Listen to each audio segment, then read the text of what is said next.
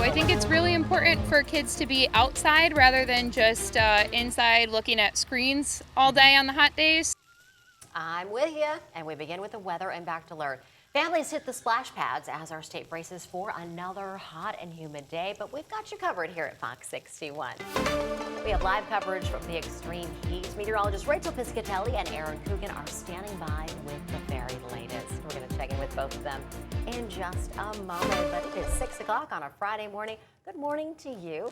Thanks for starting it off here with us on Fox 61, America Areas. And I'm Bridget. You are a lot of happy faces in those double boxes because it's nice out there. I hope your morning is off to a great start. Several school districts are dismissing early today due to the heat. Those schools are scrolling right now at the bottom of your screen. Also have them on our website, fox61.com. Yeah, my daughter's getting out early along with a lot of other kids today. We're going to send it right outside right now to Rachel Piscatelli. Good morning. Happy Friday, Rachel. Now, let's go outside to the New England Patio and Hearth Outdoor Studio. Happy Friday. It is a very warm and mild start to our morning, to say the least. And this is a sign of really what's to come. You can feel the humidity already outside, and that's going to build in over time today, getting even higher, as well as our numbers moving on up too. So that heat and humidity combination going to make things feel like 95 to near triple digits again. Kind of how you cooled off yesterday. You can kind of do that again today, as it's going to be a very similar feel out there. A heat advisory in place for the entire state, with the exception of southeastern Connecticut. Temperatures out the door right now are in the 70s and 60s. We're around 71 degrees in Norwich, 75 in Hartford right now, and around 70 degrees in the Danbury area. Our dew points now are in the mid 60s to right around 70, so it's in that very humid category. But moving forward, we're going to get all the way up to that tropical-like stuff again today. So again, that is going to bring in the opportunity for a couple of thunderstorms too. On our satellite and radar picture, a couple of showers lingering in eastern Connecticut right now. These are very light. Earlier this morning when I was out here at about 5 o'clock, we did have the umbrella up because there was some lighter showers. That has come to an end. A little bit of cloud coverage this morning, making way to a decent amount of sunshine. So partly cloudy skies at about noontime, with temperatures moving on up from the 80s to the 90s this afternoon and evening, with that severe weather risk. The greatest going to be in western Connecticut, although it can't be ruled out really statewide. So it is going to be a great idea to keep a close eye on the sky, as the primary threat in any of these thunderstorms would be some stronger winds, but also the secondary, of course, hail, as well as obviously vivid lightning too. So just be mindful of that moving forward. Humidity drops off as we head through the overnight hours, so it's going to be hot but not humid over the weekend. We'll have more details on that coming up in just a bit. As I mentioned, we had some thunderstorms yesterday, so taking a look at our roadways this morning, we have a closure here. So the eastern side of the state had a couple over in Lisbon, as well as towards Ledyard. Those have opened up this morning, so if you delayed your travels just a little bit to navigate around it, you're good to do so. However, Route 203 in Wyndham Center, both directions now closed between 32 Wyndham Road and Jerusalem Road because of a tree down in wires. That happened last night at about 11:45, so just be mindful if you're heading out. We also are taking a look at our drive times through Hartford. 84 eastbound, exit 51 to 91 northbound. That ramp is going to be closed off this morning. It's typically out there, but it's still closed and remains closed here at the top of the hour. We'll let you know when that reopens. Over to you. All right, Rachel, thanks.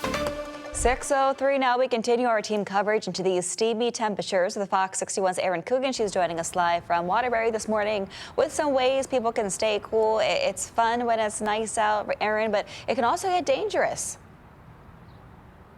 Oh, absolutely, especially when those temps peak later this afternoon. Actually, in the early morning hours that we've been here at Chase Park, we've seen a couple of folks exercising, and it's a good reminder that it's not only what you do during the day, but when you do it. So maybe exercise is good now while the sun's not at its peak, but later on today, it's going to be right here at the splash pad, probably the only outdoor activity you or your children are going to want to do. And local municipalities get that, and it's the reason amenities just like this all across the state are hosting extended hours today to provide some of that relief for folks again across the state. Again, we're here at Chase Park waiting for folks, early risers coming for a splash, but we don't have to wait long because in Waterbury alone, the city has identified 17 splash pads open and operational as early as 7 o'clock this morning. We won't see them close until 7 o'clock tonight.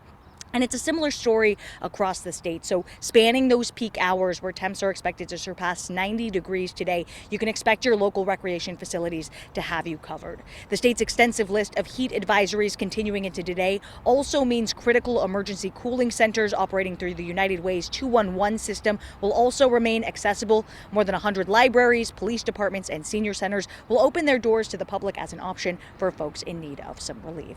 And then, of course, getting back to basics, making sure you're drinking water throughout the day, not just when you're thirsty, dressing in light clothing, and limiting, again, that outdoor activity. It's going to be essential for both you and your kids. Guys? Aaron, thanks so much. Yeah, don't forget that water. If you're heading out, make sure you pack yourself an extra bottle just because you never know. And we have reminders for everyone to look before you lock your door. This is so important. Please don't leave pets, kids, or the elderly in the car by themselves, especially when the engine or the AC is off. So this is going to put it in perspective for you. If it's 80 degrees outside in an hour, the inside of your car is going to feel like 123 degrees. The National Highway Traffic Safety Administration says since 2000, more than 1,000 children have died of heat stroke because they were left inside or they were trapped inside of a hot car. And sometimes even the best pet parents can forget that animals are just as sensitive to the heat as we are.